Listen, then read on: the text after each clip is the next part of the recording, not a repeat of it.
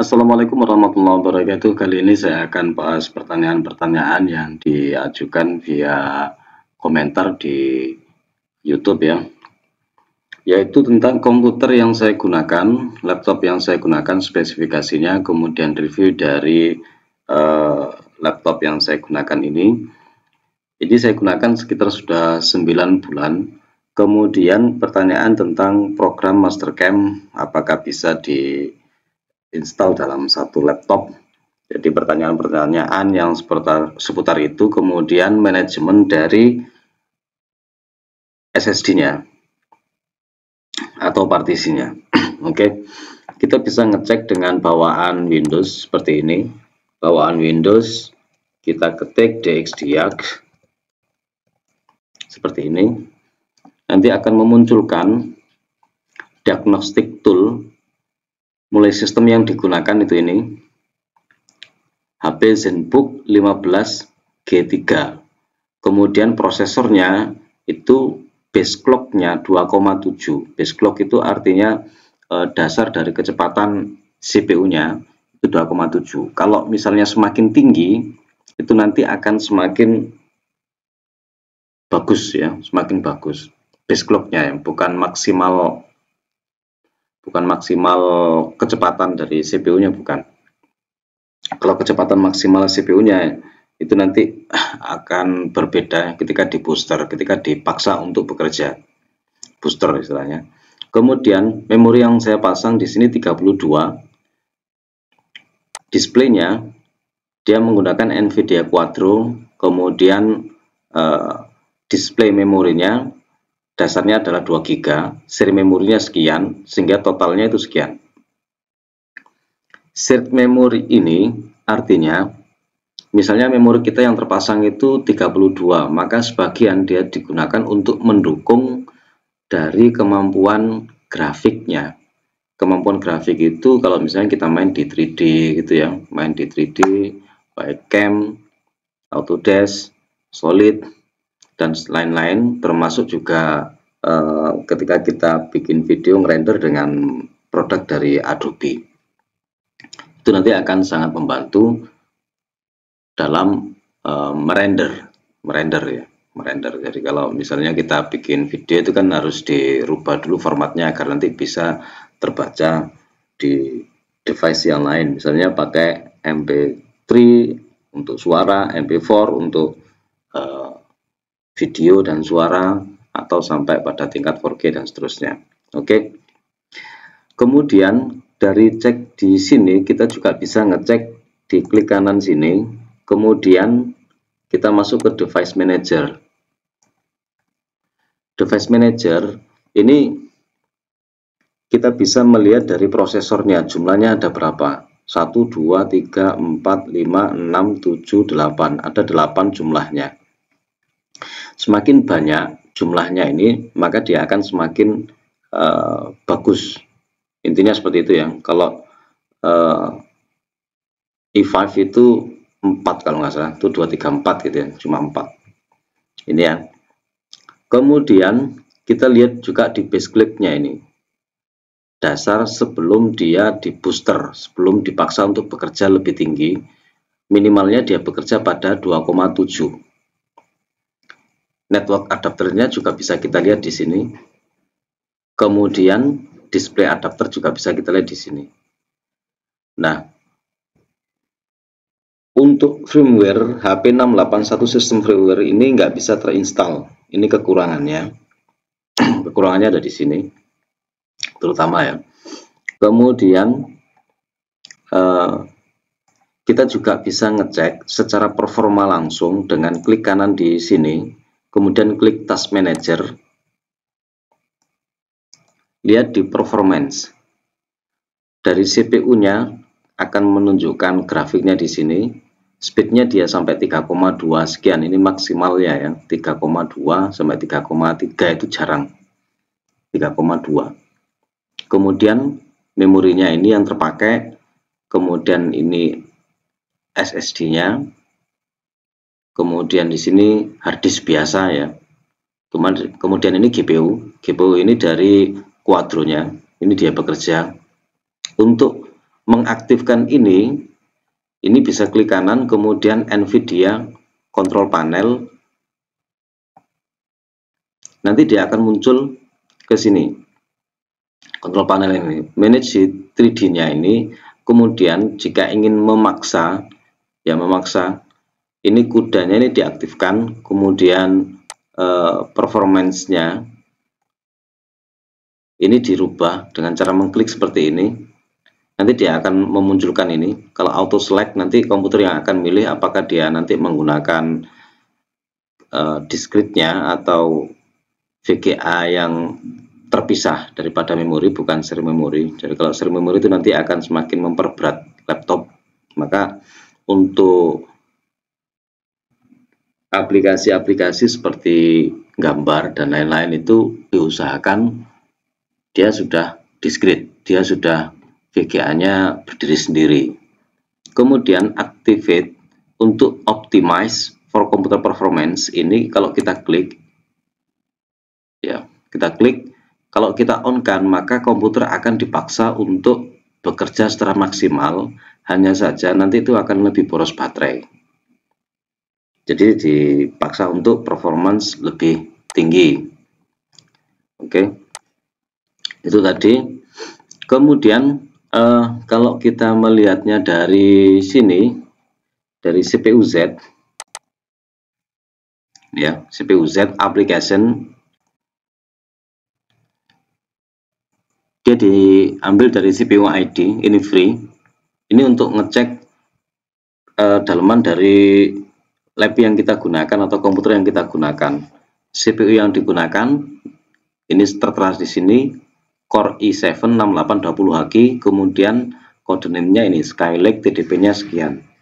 Ini TDP-nya. Semakin tinggi maka dia akan semakin cepat, tapi komputer ya cepat panas. Kemudian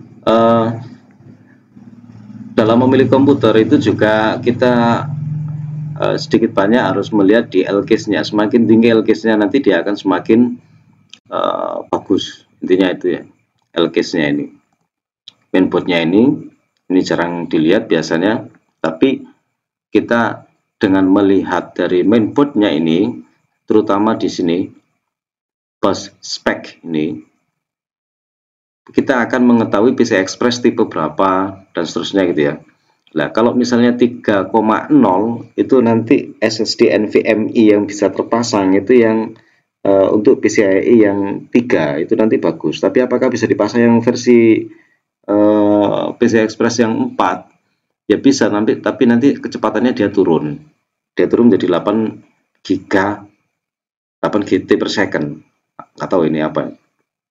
Lupa saya. Intinya seperti itu. Semakin tinggi ini semakin cepat. Kalau yang 4,0 itu di atas ini. Dan harga satu kepingnya itu untuk 1 tera itu sudah 2 juta berapa ya, satu SSD yang NVMe itu 2 juta sekian, itu sampai 7 tera per second atau apa, lupa saya. Sedikit banyak seperti itulah gitu ya. Jadi nanti kita akan mengetahui PCI Express-nya ini tipe berapa gitu ya. Kalau tipenya 2 itu nanti itu sudah lama itu nanti itu. Jadi max support itu sampai dengan 8 GT per second. Kemudian memori yang saya pasang di sini 32 GB, tipe channelnya dual. Kalau dual channel itu bukan berarti 2 slot memori, bukan, tapi memang dari pabriknya itu sudah dual channel. Dual channel itu nanti dia akan bisa men-share pekerjaan dengan 2 orang, maka pekerjaan itu akan lebih cepat gitu ya. Jadi umpamanya seperti itu, antara dual channel sama single channel. Kalau dual channel itu umpama pekerjaan yang sama dikerjakan 2 orang. Kalau single channel pekerjaan pekerjaan sama tapi dikerjakan dengan 1 orang, tapi orangnya lebih besar, lebih kuat. Itu kalau misalnya memorinya ditambah, otomatis cepat dual channel karena dikerjakan dengan 2 orang ya. Kemudian yang sering dilihat orang itu SPD ini, memori slotnya untuk tipe laptop yang saya gunakan ini dia mempunyai 4 slot, yang terpasang cuma 2, jadi DDR4 2400 1200 MHz, size-nya 16 GB. Untuk yang 2 masih ada, yang 3 sudah nggak ada, jadi masih terpasang 2 slot. Yang ini masih belum terpasang, ini bisa kita pasangi 16 gitu ya, jadi akhirnya 64. Tapi 32 ini aja sudah mencukupi ya, sudah mencukupi bagi saya ya. Bagi yang lain mungkin juga mungkin kurang atau apa, itu tergantung kebutuhan masing-masing. Jadi kalau misalnya kita pengen upgrade memori, itu kita melihatnya dulu dengan CPU Z. Kita dapatkan dari mana? Dari browser seperti ini, misalnya gini ya. Kemudian ketik CPU Z seperti itu. Download dari sini, CPU Z software. Download. Nah, itu nanti setelah terinstall, itu nanti dia bisa dipakai ya. Setelah terinstall. Nah, ini setup English 32 atau 64 bit, artinya bisa digunakan di 32 maupun 64 bit. Oke. Setelah diinstal, habis di-download, double klik, nanti dia install, klik yes gitu ya. Nanti dia bisa digunakan untuk membaca seperti ini. Ini kalau misalnya kita ingin mengupgrade memori. Jadi dilihat dulu ini bandwidth-nya, kemudian tipenya DDR4 apa DDR3 kayak gitu ya. Terutama di sini voltasenya. Voltasenya ini yang paling utama. Jadi yang dilihat itu DDR berapa, voltasenya berapa. Baru kemudian kita nyari kayak misalnya di toko-toko online, Shopee atau Tokopedia atau Lazada atau lain-lain, atau kita pergi ke toko offline-nya. Kemudian grafik yang digunakan seperti tadi ya, Nvidia Quadro, kemudian teknologinya 28 nano. Semakin kecil teknologinya ini dia akan semakin bagus. Dan teknologinya ini semakin bagus. Kemudian ukurannya ini tipenya GDDR5, punyanya Hynix. Jadi ini jawaban dari pertanyaan yang diajukan ya, yang sering diajukan. Oke. Siapa yang tanya? Ya saya lupa. Yang tanya cuma ingat yang tanya. Oke. Kemudian penggunaan software. Ini saya sambil merekam dan suaranya ini berasal dari mikrofon asli bawaan laptop. Jadi saya nggak menggunakan tambahan mikrofon. Nah, ini jawaban dari Mastercam, apakah bisa diinstal beberapa versi? Bisa. Apakah nanti dia nge-crash? Insya Allah enggak. Selama instalannya bagus. Nggak bagus itu termasuk registrinya aman. Kita otak-atik sedikit lah. Kalau pernah uninstall itu harus di otak-atik di registry. Dihapus registry yang nggak diperlukan. Ini nggak saya skip, nggak saya percepat agar ketahuan kecepatan aslinya ya ketika kita membuka program. Jadi ini sudah saya buka, oke. Sambil performance-nya ini misalnya saya buka. Nah, ini dia mulai naik karena kita buka kan ya. Kita buka program. Dan kipasnya juga mulai bekerja lebih berat karena dia berusaha untuk memberikan pelayanan di program yang kita buka. Kemudian kita buka lagi misalnya Mastercam X5.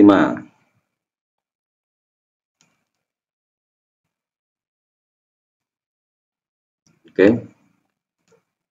Jadi kita bisa buka dua program Mastercam ini ya. Dua program Mastercam ini. Saya buka lagi misalnya X9. Ini CPU-nya sudah mulai naik 41%. Maksimalnya 32 berapa ya? 325, 326. tertinggi tadi 3,28 ya kalau nggak salah itu ya.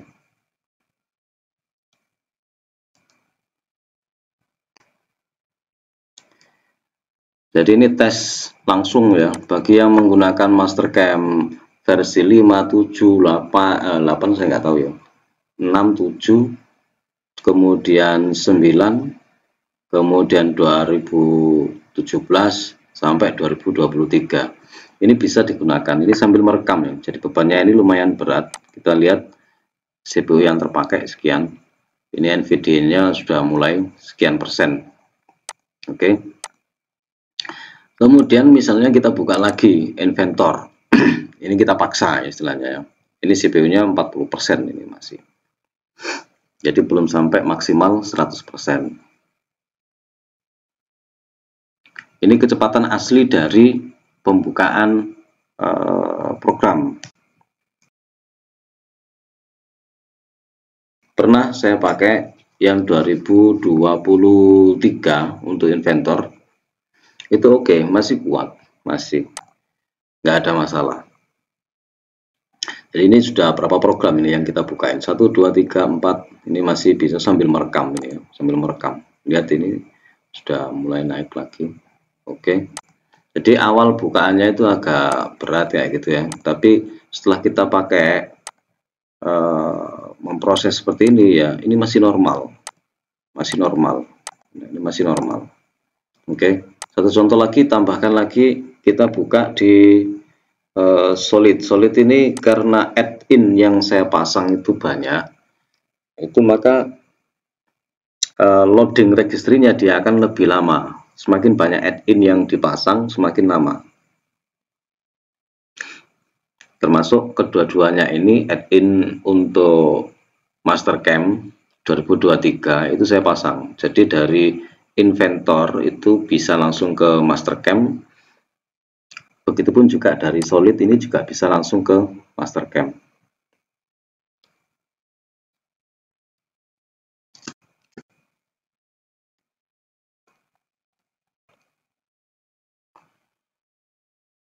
Jadi ini nggak saya percepat videonya. Ini masih standar kalau menurut saya itu ya, masih standar. Ya, kalau misalnya kita pakai gambar itu masih standar, karena ini juga kita pakai untuk merekam ya, kita pakai untuk merekam juga. Jadi masih lumayan lah, masih lumayan. Harganya berapa Pak? Dulu sampai beli harganya itu di 8.700.000 sekian. Waktu itu masih lumayan ya, masih lumayan mahal. Kalau sekarang sudah turun, entah berapa harganya sekarang, bisa dicek di toko-toko online, bisa dicek. Ini CPU-nya masih 41%, artinya ini masih memenuhi ya, masih aman istilahnya, masih aman. Jadi 3, sekian CPU-nya. Ini di booster istilahnya, di booster awalnya 2,7, dia bisa speednya sampai 3, sekian. Oke. Tidak pernah mencapai 3,3, 3,28 ya, tidak pernah mencapai. Oke, ini saya tutup dulu seperti ini. Jadi performance-nya ini kelihatan. Nah, kekurangannya ketika kita main di Adobe, kita main di Adobe Premiere itu saya merasa ini kurang bagus ya, kurang bagus. Yang saya install di sini itu After Effects 2009. Saya coba install After Effects yang lebih tinggi versinya, itu keberatan ketika ngerender.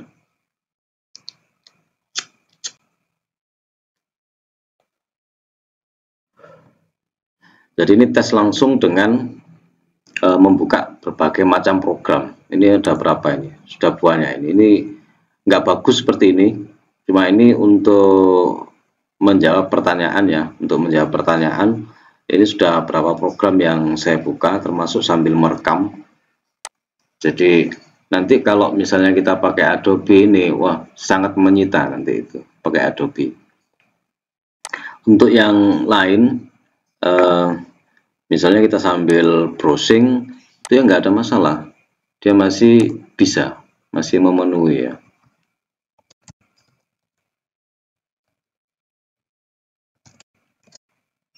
ya, masih oke, masih memenuhi lah istilahnya untuk versi yang saya gunakan ini.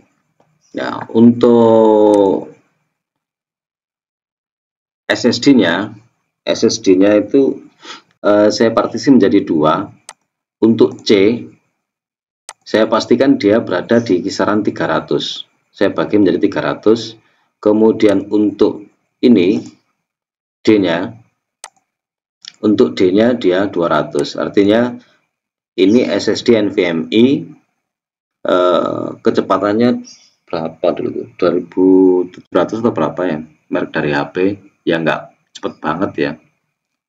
Tapi sudah lumayan kalau kita gunakan untuk desain, ini sudah bagus. Jadi ada 2, ini SSD, satu SSD, kemudian yang ini HDD biasa. Ini saya gunakan untuk data. Ini sama 500. Ini kita partisi. Nah, cara partisinya bisa dilihat di website lain ya. Kemudian di sini lihat di komputer manajemen. Nah, itu komputer manajemen. Ini untuk mempartisi. Mempartisi itu artinya satu hard disk itu dibagi menjadi beberapa bagian agar lebih memudahkan, juga itu nanti akan membantu sistem dalam membaca. Sekaligus juga nanti kalau kita partisi itu biasanya C, kalau ada error itu kan C-nya diinstal ulang agar data kita nggak hilang. Jadi seperti itu ya. Ini saya jawab ulang. Di sini di disk management ini bisa kita partisi. Oke, saya akan bahas-bahas sekilas-sekilas. Intinya ini sudah mencukupi bagi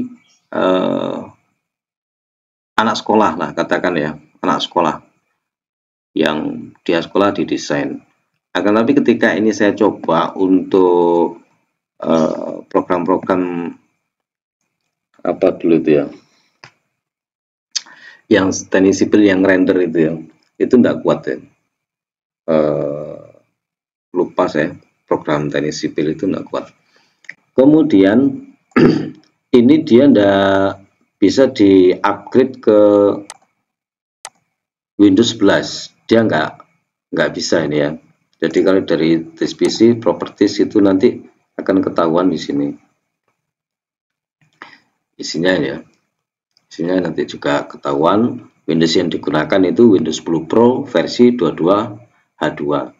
Ini pernah saya install ulang sambil nyoba-nyoba dulu itu ya. Dan ini masih disupport oleh situs resminya, masih disupport oleh situs HP, masih disupport. Oke, jadi ini jawaban-jawaban yang saya berikan lumayan panjang mungkin durasinya. Jadi ini bisa digunakan sampai berapa program ini, termasuk jawaban yang bertanya tentang apakah bisa dipakai beberapa versi dari Mastercam. Kemudian ini kita buka Solid ya, Solid Work sama Inventor ini bareng. Otomatis bebannya ini lumayan tinggi. Kalau ada yang beli tipe seperti ini adanya bekas. Kalau yang baru itu harganya itu berkisar antara 11 sampai 14 tergantung toko. Kalau di luar negeri itu sudah berkurang harganya, di bawah 10 sudah berkurang. Tadi barusan saya coba untuk ngecek itu seperti itu.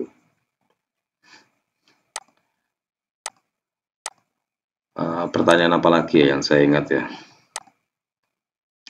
Kayaknya itu pertanyaan yang saya ingat yang belum saya balas. Nanti kalau saya ingat nanti akan saya buatkan videonya untuk menjawab. Oke, jadi ini review penggunaan secara real dari HP ZenBook G3 i7 ya, seri 6. Semoga ini bisa menjadi pengetahuan tambahan. Oh ya, pertanyaan bagusan mana dengan misalnya kita beli baru i5 ya, i5 yang seri 11 ya. seri 11. Sementara ini saya pernah nyoba itu merek dari Acer karena ada siswa yang pakai itu masih bagus ini. Itu yang saya rasakan ya. Bisa jadi karena dia memorinya cuma 16. Memorinya cuma 16 ya. Kalau biasanya kan memorinya kan lumayan 32. Ini aja kadang tuh masih pengen nambah, tapi kita lihat di sini ini yang terpakai memorinya nggak sampai pernah 100%, jadi ini nggak perlu ditambah. Oke, terima kasih sudah memberikan masukan dan pertanyaan. Monggo apabila nanti ada pertanyaan atau apa, silakan diajukan di kolom komentar atau via FB saya Usman Hadi. Oh ya, speednya tadi sampai pernah terbaca 3,3 ya. Jadi maksimal mentoknya 3,3 ini berarti. Semoga kita senantiasa dalam keberkahan dan lindungan dari Allah SWT, rezeki yang melimpah dan barokah, keluarga yang bagus, yang sakinah gitu ya. Semoga Allah senantiasa memberikan penjagaannya kepada kita semuanya. Assalamualaikum warahmatullahi wabarakatuh.